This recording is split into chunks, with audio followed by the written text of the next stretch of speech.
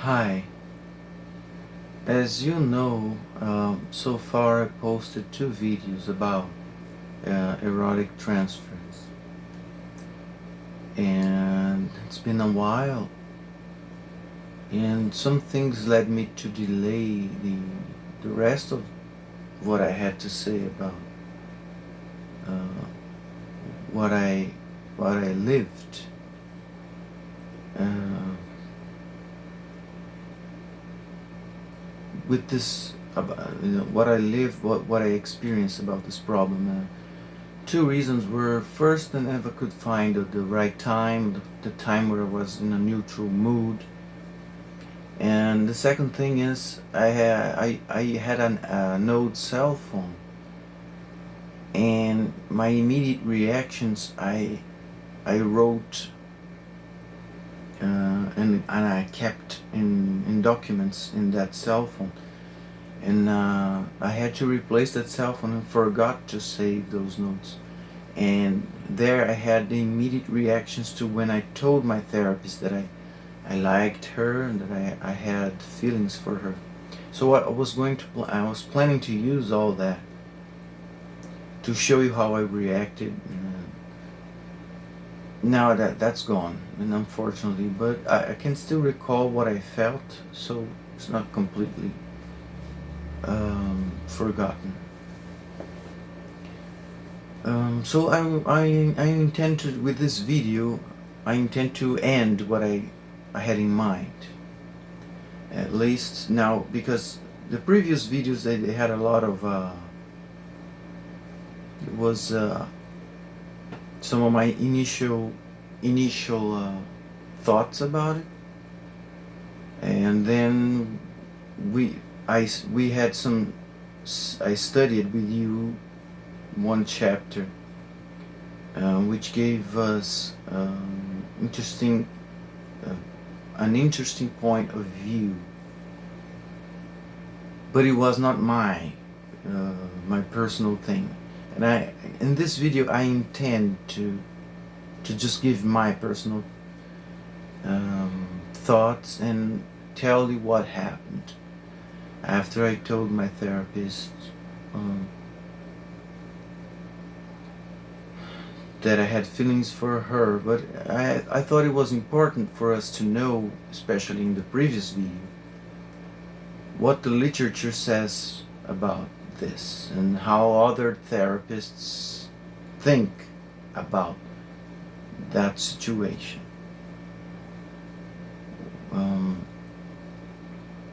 Okay, so going, I want to go here, tell you phase after phase, let's say like that.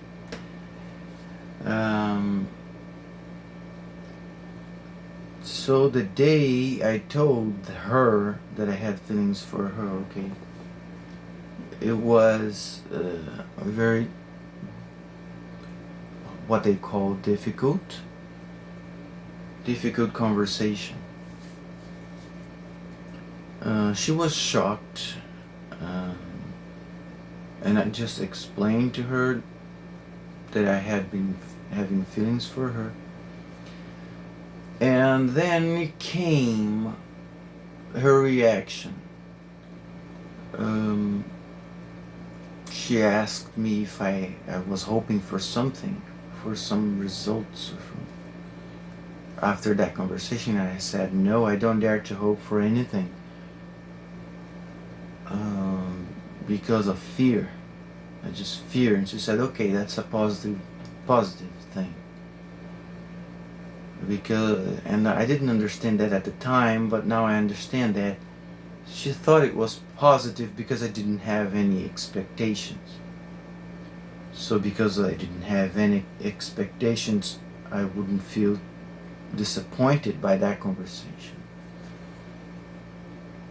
Now, it's important for me to tell you about her reaction. Okay, her reaction was first assertive. She said it was not going to happen. Nothing was going to happen between us. So she had to say that. And you got to be prepared to listen to the truth of her truth. And part of the reason I'm making these videos is for people who are thinking about this, what to do with these feelings, and how it would be to reveal those feelings to your therapist. Okay. If you plan to do that, you gotta be prepared to listen to your therapist saying the truth in a very direct manner, because that conversation is the first time and maybe the only time you both are going to talk about that subject. The other time's not going to be the same. It might not be the same. Of course you're going to talk about it, but your therapist is not going to lose the opportunity to tell you the reality of it assertively. It's not going to happen. But then, of course, she began telling me, giving me reasons, and that was the negative part. That really, first it caused me anger, her words, and then the anger, of course, was, I felt the anger because I was hurt by her words. And many things she said that I kept in that cell phone, and it was excuses. You know, when somebody gives you excuses for not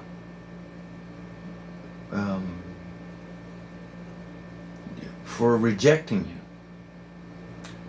you, when the person tells you, we cannot be together, I don't feel the same way about you, that would be great. But if the person starts giving you excuses, then that's very hurtful.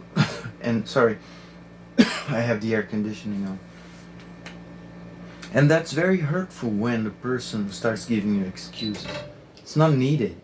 If you just say, if the person just said no, it's not going to be possible. It would be, I think it would be more delicate, more what the word I'm looking for is courteous,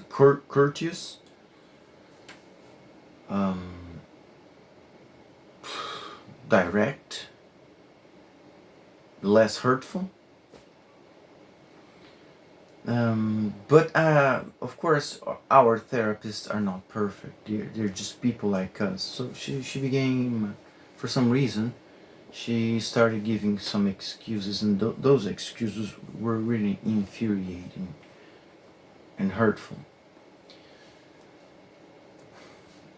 And of course, when I came home, I wrote in my cell phone, because I was planning to tell her all those thoughts in the moment, of course, those first weeks. And I told her, yeah, you said it was positive because I didn't have any expectations, but anyone who reveals their feelings to somebody else, of course they expect something.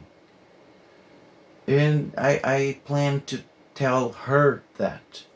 And it was a good thing I didn't, because it was just anger. It wasn't... What would my reactive... It would be just a reactive conversation. And what good would that do? Because she already gave me the answer. She said, no, nothing will ever happen between us. And stop feeding that. That was an interesting thing she said, that I'm carrying it for the rest of my life now. It was a good lesson. Don't feed those feelings with... And then I thought, okay, how do I not feed those feelings for her? So I said, don't think. Started thinking, stop remembering things, the things that I found in her behavior that were charming. So stop remembering that. Stop feeding dreams about us two together.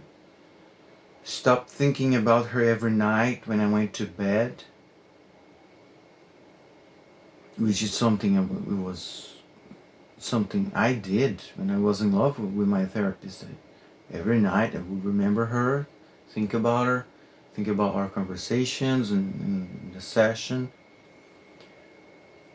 So she said, stop feeding that. And then I said, okay, let's see if that is going to help. And it didn't. It doesn't happen like, immediately. Until you decide, okay, I don't want to feel that way about my therapist anymore. It took me months to make that decision. It wasn't right after the conversation. I still kept having those feelings and decided about having those feelings for her, even though I expressed those feelings to her and she said no. Alright, so after I told her about my feelings, she became what you would call a little bit cold with me in the other sessions. In the next sessions, she became a little bit cold. But we gotta realize that our therapist also suffers. And she told me probably 2 months ago when we talked about it, I wanted to talk about that with her again. Let's see. When I told her about my feelings, it was probably 4 years ago. Okay? We are now in December 2022. So it was 4 years ago when I revealed my feelings for her. So 2 months ago, we spoke about that again. It took me 4 years to talk about that again. And I will tell you why. She said she felt very uncomfortable. It was very uncomfortable for her to have that, to experience that situation with me. So our therapist suffered too. So she became she became really cold. When you're in love with someone, any sign of coldness is very uncomfortable and painful. So in my point of view, she was very cold, but she was not very cold. She was doing the best she could. And for a long time, maybe for 2 years, she was cold and she avoided, because my therapist at least, she felt a little bit of guilt. She felt kind of responsible. She felt maybe I gave you, it's my way that gave you the wrong idea. Probably the way I treated you, you felt I was giving you signs. So it was very hard for me. She didn't say I felt guilty, but sometimes I remember the way she felt. And I used to cry because it was not my intention. When you have feelings, beautiful feelings for someone, you don't want those beautiful feelings to hurt that person. But I started to realize, even though these feelings that I have are beautiful, they are hurting the person I love, and I don't want that. And it's not good for me to, okay, I have feelings for someone, but they are hurting the person. That's not the way I want to have a relationship with someone. So I started to feel little by little disappointed about having those feelings. It started not to feel good and positive anymore. Can you imagine? What's the point of my feelings? Am I being? Am I thinking just about myself? Look at what my feelings are doing to her, and then doing to myself, because you were hurting. I was hurting myself by deciding to keep on loving that person and not receiving the same love back.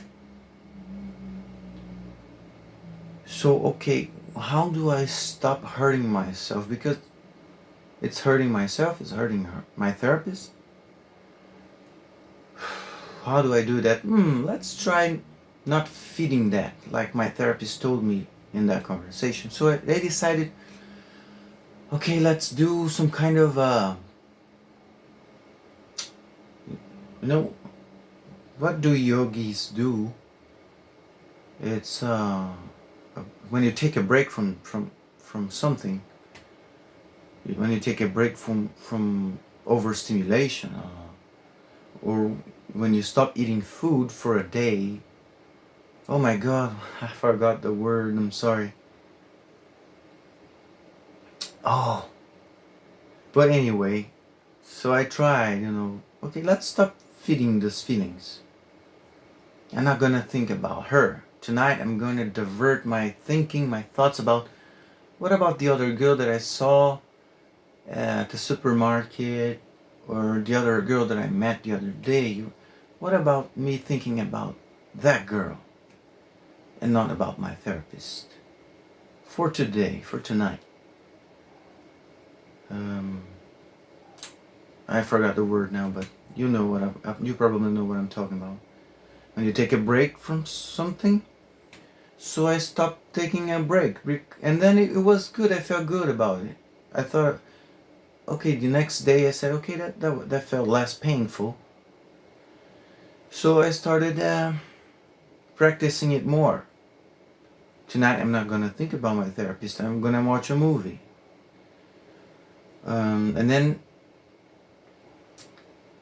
today is the day of the session. Then I went to the session.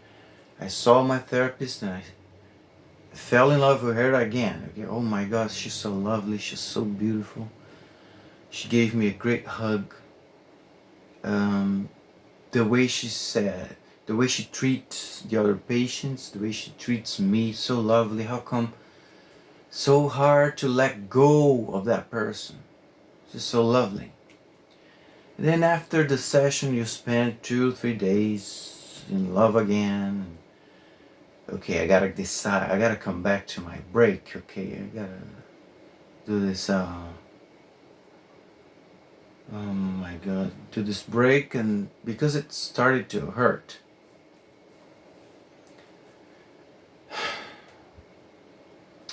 Then, after a while, there's also something else that happens, and the love and those beautiful feelings start to transform. And that's before any decision on my part. Okay, I'm still in love.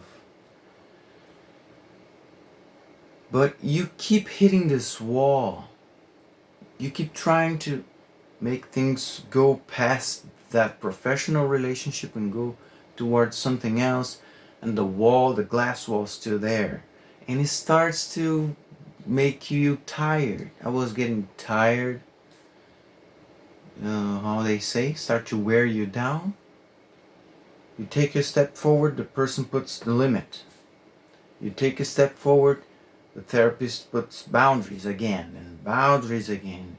It starts to make you tired, and you start to feel anger. So I started to feel anger towards my therapist. I used to, something we do, of course, when we are in love, is dress well. And you dress well, you prepare yourself, and you go to the session. Your therapist has a reaction that's totally anti-romantic. Like, she laughs at something that you were wearing. something that you took hours to prepare yourself, and you go, and the therapist has that humored, full of humor, of course, but the therapist didn't take me seriously. Of course, there were times where I managed to make my therapist take me seriously. Okay? Things you wear, you look good. And I said, okay, I gotcha. So I was able to get an genuine attraction response, let's say, from my therapist. I knew she was attracted to me. But there were days where she didn't take that seriously. So that disappointed me, made me angry again. I said, you piece of work. Look, I prepared myself for you, that's how you react. So it starts to break the enchantment, those boundaries and those reactions that are not romantic at all. They're rejections, they're almost mockery, but of course it's not mockery. Your therapist is not there to mock you, not to hurt you, but that's the way I felt. So it feels like my therapist was mocking me.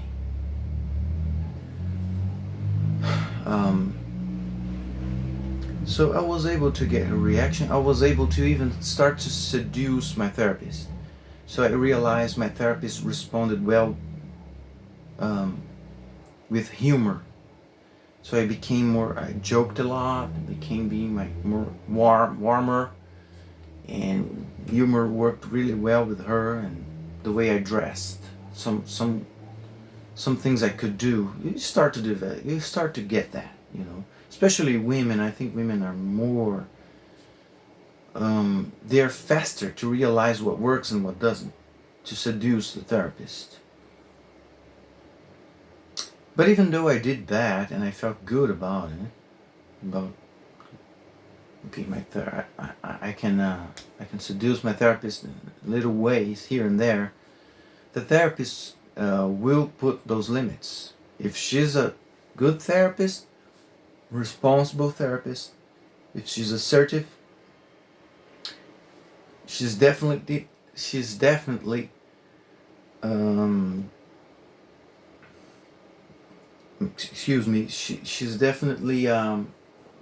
invested in protecting her career or his career. She's not gonna indulge in some pleasure here and there just because of you and risk losing something that she studied for years to achieve. And then she's part of a clinic, she works with other professionals. If that goes out, her reputation is going to be tarnished. She's not going to risk that for anyone, I think. The chances are very small. And as we saw in previous videos, even if the therapist does that, if you manage to seduce your therapist, there's something wrong with your therapist. Would you like to live with someone that felt for you because she has something lacking in her life or his life? You gotta watch the movie Instinct. I probably mentioned that movie. And Carice von Houten. She was Melisandre in Game of Thrones. You probably remember that. She was very famous because of that role. So she did this movie Instinct, and she played the role of the therapist, and she fell in love with a psychopath who was a seducer. She provoked the guy inside the mental institution, and the guy was angry enough that he started seducing her. And because there was something lacking in her life, she started falling for his seduction. But she began creating this fantasy that he was really interested in her. And even until the very end, she didn't realize that the guy was ill. She did that because he was ill. And it's a very interesting movie. And even when she was really abused, she had hopes that the guy was really what she hoped for. But it was because there was something lacking in her life, some passion, some someone who really um, could um, what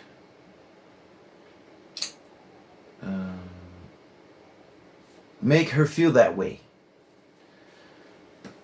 Okay, so I began to realize that no matter what I did, and no matter the occasions that I could see that okay, my therapist has some desire for me, she was not going to fall for me fully. It was useless my effort. I began to realize that. So I began feeling anger towards her. I began feeling hurt more and more. But the therapy session was working because there were other things that she was very helpful. She helped me with my grieving during when my father passed away. She helped me a lot. She was very competent. So I didn't want to leave my therapist because she already knew me. She had all the information. It's very hard to go start all the process again with another therapist who doesn't know you. So even though it was hard to keep seeing her because I was in love with her, there were the positive side that I told you about was that she was very competent. She was helping me with the other subjects, with other things, about problems that I had in my life. And I was learning some kind of lesson. I was learning to accept and know I was not going to have that person in my life. And I had to live with that. It sounds weird, maybe even masochistic, but accepting a limit is very healthy. We feel anger. It's very natural when someone puts a limit. It's our reaction to feel a bit angry and disappointed, but we gotta live within limits, and that was helpful. That was the positive side. The lesson is painful, but when you learn it, you become wiser and stronger because of that lesson. That's what I feel today. At the time, no, of course. At the time was very painful. Okay, that's all I had to say about that phase in my life with my therapist. During the end, before the pandemic hit, I was using a lot of humor as a defense mechanism. Because she didn't take me very seriously the way I wanted her to take me seriously, I began not to trust her anymore.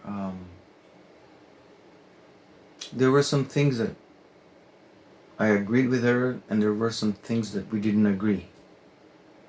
And her not agreeing with me started to hurt me and make me very angry. So I began to use humor as a defense mechanism and as a way as a diversion. So every time in my sessions the conversation wasn't going where I wanted, I began to step up and control the conversation through humor. Because the therapist has got most of the power, as we saw. And I felt pretty powerless. And through humor, I discovered I could get some power back, at least to protect my feelings. So I was hiding behind humor to make things lighter and to control the conversations and to probably get the upper hand, because she responded very well with that. So if I could at least make her laugh, I could control her responses. I could control her a bit. So I didn't do that out of a power hunger. I didn't do that to with the intention to manipulate my therapist. I did that to protect myself. I didn't want those sessions to hurt so much. Okay, then we had the pandemic. The pandemic lasted at least, we stopped having sessions for at least a year and a half. And now something very important I want to tell you that may help you open your eyes. It was an eye-opener for me. It might be an eye-opener for you, I don't know. It might be. It's not, I don't intend to tell this and expect, oh, open your eyes. I don't intend to give you a lesson. Who am I to give lessons? I'm just wanted to tell you the experience. For a year and a half, my therapist didn't say nothing to me. No messages. There was a deadly epidemic in the world.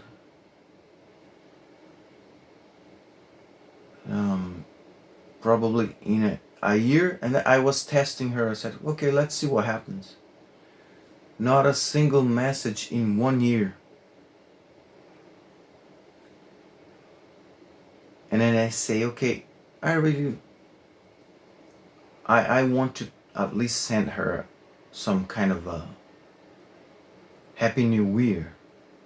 So I took the step and I wrote her an email and said, Happy New Year, thank you for all you have done for me during our sessions together. And she replied, she was very nice. And then 6 months more, nothing. So let me tell you, I want to tell you this. It was my experience that this person who helped me through many difficult times in my life, she helped me recover from emotional abuse from narcissists, a narcissistic lover and teachers. She helped me recover from the death of my father and from many relationship problems. This person spent a year and a half without asking about me and asking me if I was at least alive, because I could have died and she wouldn't even know. That's the nature of the relationship with your therapist. That was the nature of the relationship with my therapist. We were not friends. She couldn't care less if I lived or died with COVID. She wouldn't even know. I don't think, how could she know if I had died? She wouldn't even know. She didn't have my mom's email. My mom doesn't have an email.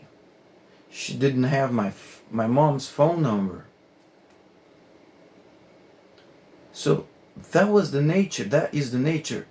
My therapist, like we saw, was not my friend, not even a colleague. Our relationship was strictly professional. I give you money, you give me your time, and after the session is over, it's over. There's no guarantee we're going to see each other again. She could die. She could have died, I wouldn't even know either. If I hadn't sent her an email, she wouldn't send me an email to tell me Happy New Year. So I loved someone who couldn't give a shit if I had lived or died in this pandemic. So it was an eye opener for me. I began to realize, listen, something's not right here. This is bullshit. This situation is not right. It's not good for me. This situation is just replaying what I lived so many times in past relationships. It's the same thing. My relationship, my erotic transference is just repeating the same romantic relationships that I had with many girls in the past. Same thing. Unrequited love, they call it. Rejection after rejection. And even though I was being rejected, I chose to stay in the place of the one being rejected. And that is not good for our mental health. That is a loss situation. The same thing when someone dies in your family. I was choosing to stay in a state of loss. That's what I learned. Like, you remember the Severus Snape, the character in Harry Potter?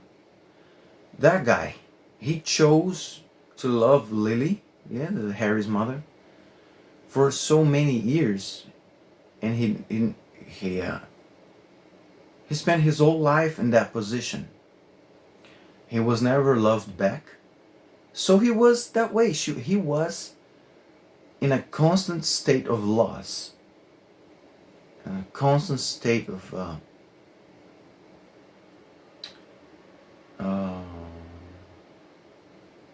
I'm trying to remember the words. When you don't use English words, they go away.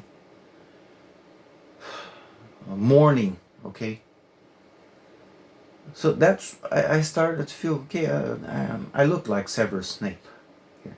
And the positive side of all this, again, is that it took me the erotic transference to show me that all that I am in pain by my own choice. This is very positive. So if you tell your therapist, you gotta be prepared to learn the truth from her mouth, and you might not take it, might be too much, you might abandon your therapist. Many people do. But if you keep with your therapist, the erotic transference is going to show you a lot of things that are not right with you. Only life can teach you those things. And erotic transference is also life. Life is the best teacher, and I agree with that. I chose to stop feeding my feelings for my therapist. 2 months ago, I could talk to her about this, and I felt nothing, okay? I cannot love somebody who wouldn't even know if I was alive or dead because of a pandemic. I could not love that person anymore. I like my therapist because she's competent, she's warm. Now she's warm towards me again. She trusts me again because she knows I am not feeding that again. So I have a great relationship with her now.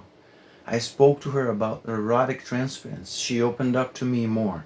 So now I will be able to learn more about how she felt. What was my effect on her? By learning about my effect on her, I will learn about my effect on women in general. What am I doing wrong? Am I being too self-centered? Am I thinking about only my feelings? What about the other woman? What about the other person, the lover? Maybe the lover doesn't want me. Am I forcing relationships? Yes, I am. I think I was. Erotic transference taught me that I used to force relationships. I want you to love me no matter what. No, even if I hurt myself here, I'm going to keep on trying to seduce you. I want you to love me. This is not good to me. I don't know if it's good to you, for you. It's not good for me. Erotic transference also taught me that. I cut that crap, I'm not gonna do this anymore. That's the positive side of erotic transference. Again, another one. It showed me, listen, Dodge. This is your attitude is crap. Stop doing that. Accept someone who loves you back. Be grateful when someone shows affection towards you. And accept when someone says no, it's no. And there's no problem in that. It doesn't diminish you in any way. It just shows you that the person is not right for you. And if you keep insisting, the person will hurt you just to push you away. And women know that more than men, I think. Sounds like I'm sorry if I'm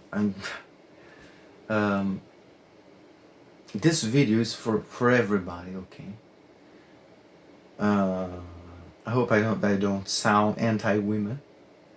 But women, I say that about women because I learned so much that women, they are very more emotionally intelligent, socially intelligent than men, but since childhood they have been training about relationships. And men, what do men do in childhood? They play with cars, and they want to do this with toys, and they want to learn skills to do things. They don't care about relationships, at least in my culture here in Brazil, and in many cultures in the Western nations, okay? I can speak for myself. So they develop very early this emotional intelligence that they can analyze and understand men very easily. And I had to make a conscious effort to learn those things and start observing women and men. So why I'm talking about this?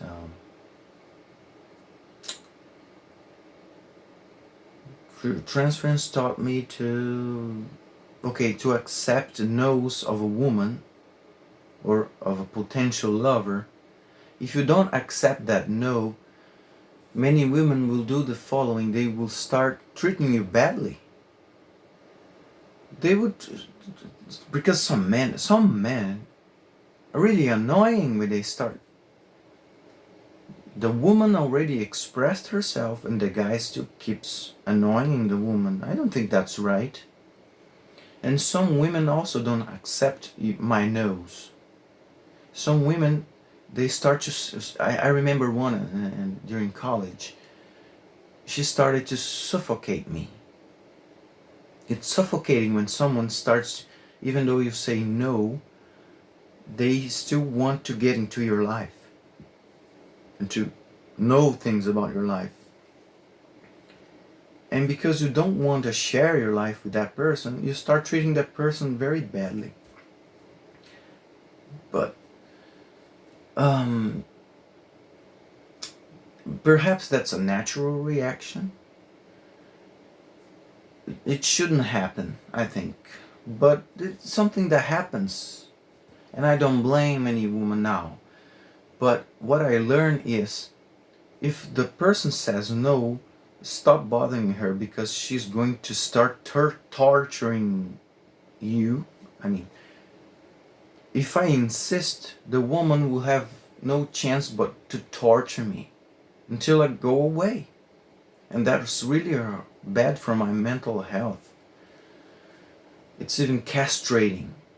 For a man, that's horrible when a woman rejects you over and over again. It's not, I think repeated rejection is very bad for your mental health, period. So another, that's another positive side, another lesson that erotic transference taught me. So if you plan to stay there, there are many positive things that erotic transference can teach you. So that's what, let's talk about now. Let's see how many minutes, 40 minutes, yes.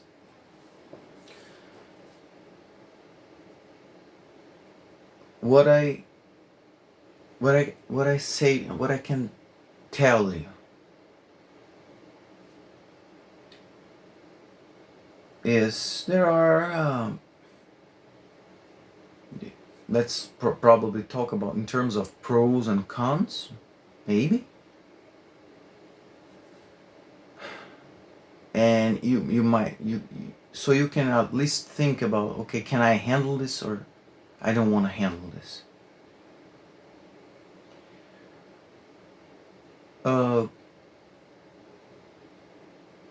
If you tell your therapist about your feelings, I told you in the first video, don't tell your therapist about your videos. You will feel pathetic. I started even to criticize myself. I said, Dodge, listen, Dodge, this is a professional relationship. She is a healthcare provider. What are you doing mixing all that with your personal feelings? And this is so shameful. I felt shame. There was an inner critic, I guess, a voice. Dodge, it has nothing to do with the reason why you're there in the first place. What are you doing? Don't you have any self-respect? That's what the voice started telling me. So when I was feeling all that pain of rejection and this critic, and when I think about all that, I say, oh my God, I shouldn't have told my therapist about my romantic feelings for her. So I recommended you in the first video, don't. So I hesitate to give you a definite recommendation. Do this and not do this. Why? Because of the many positive things that came out of that pain.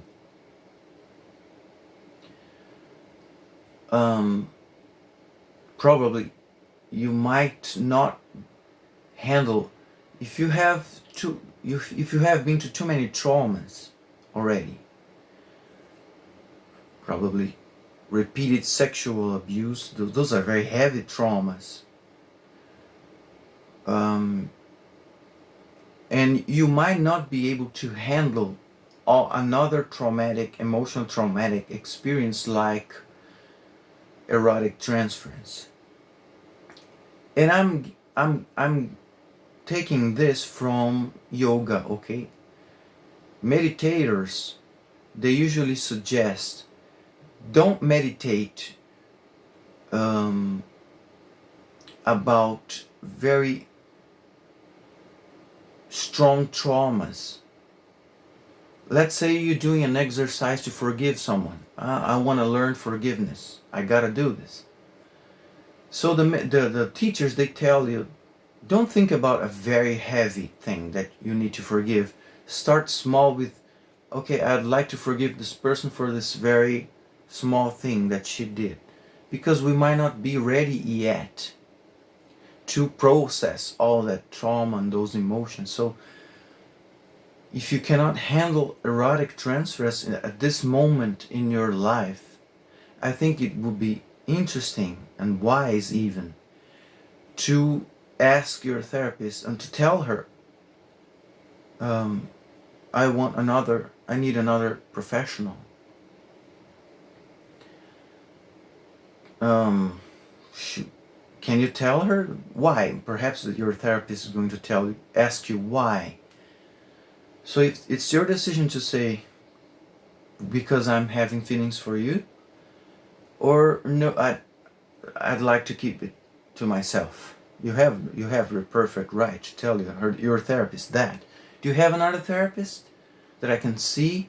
Um, Perhaps another therapist specialized in sexual abuse, or a therapist specialized in this subject or that subject. Can you recommend me another one? Or you also have the option to simply leave.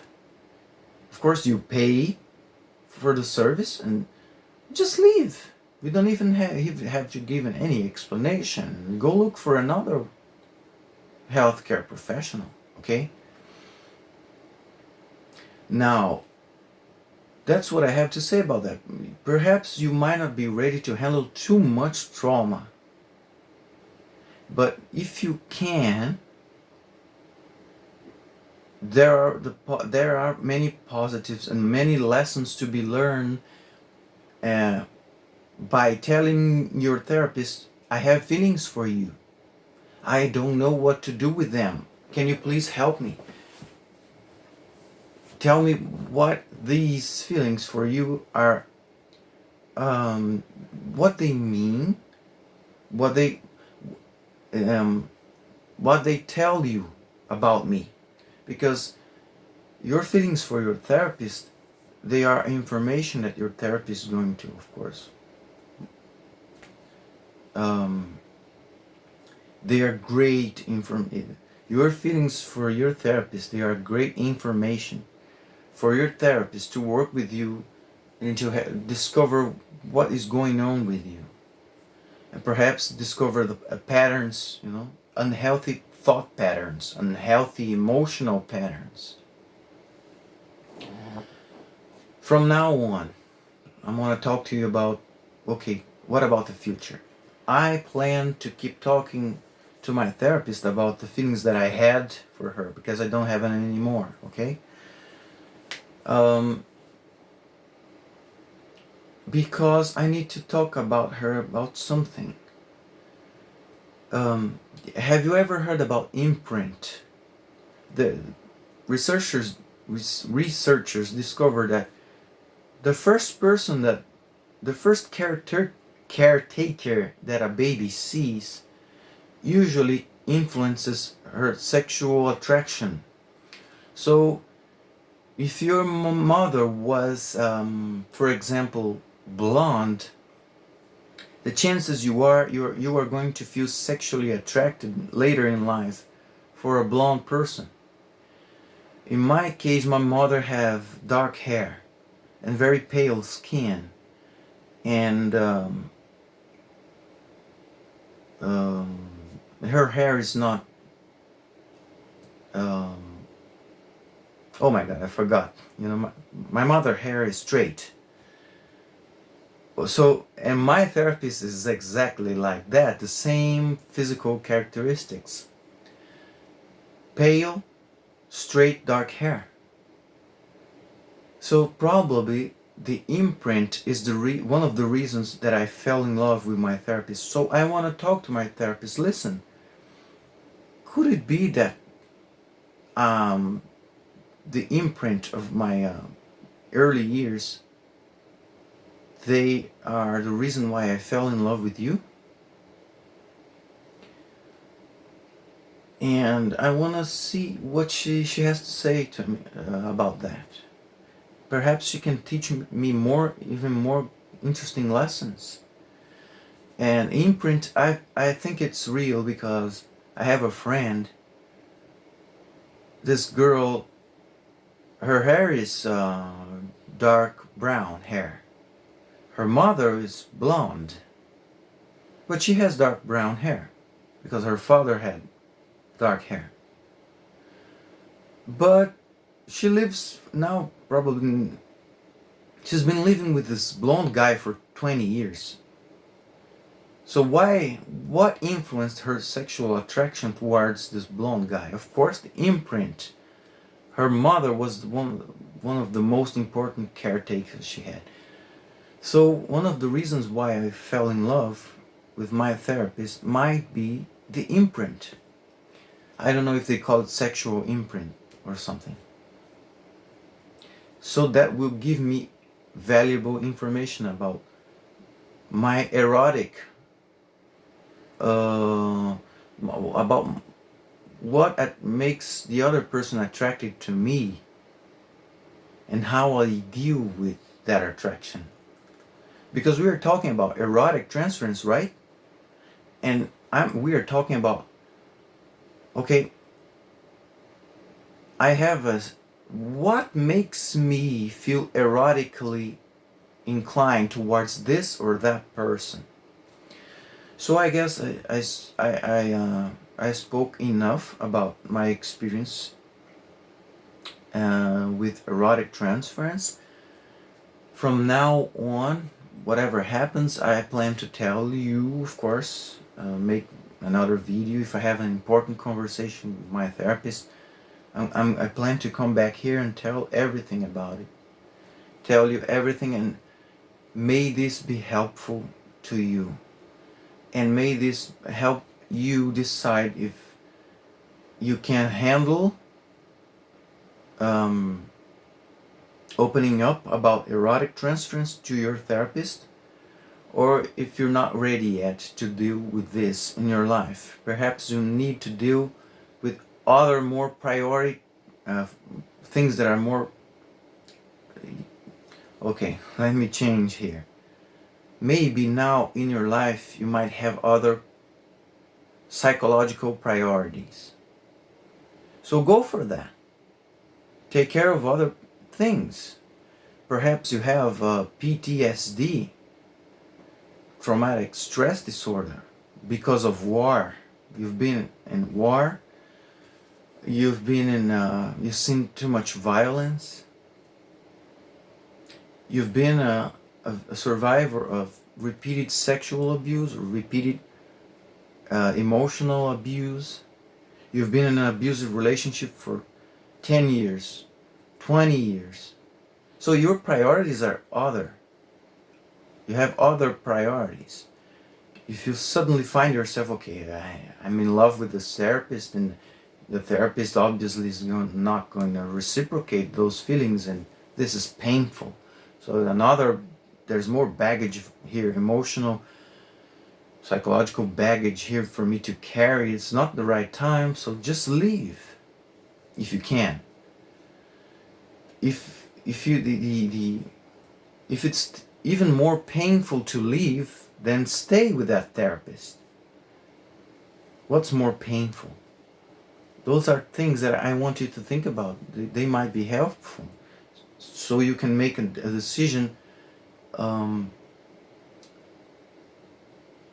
based on, okay, what I have to think about here. What can what others went through that can help me decide. Thank you for watching. I hope that helped. And see you till next time, till the next video. Bye.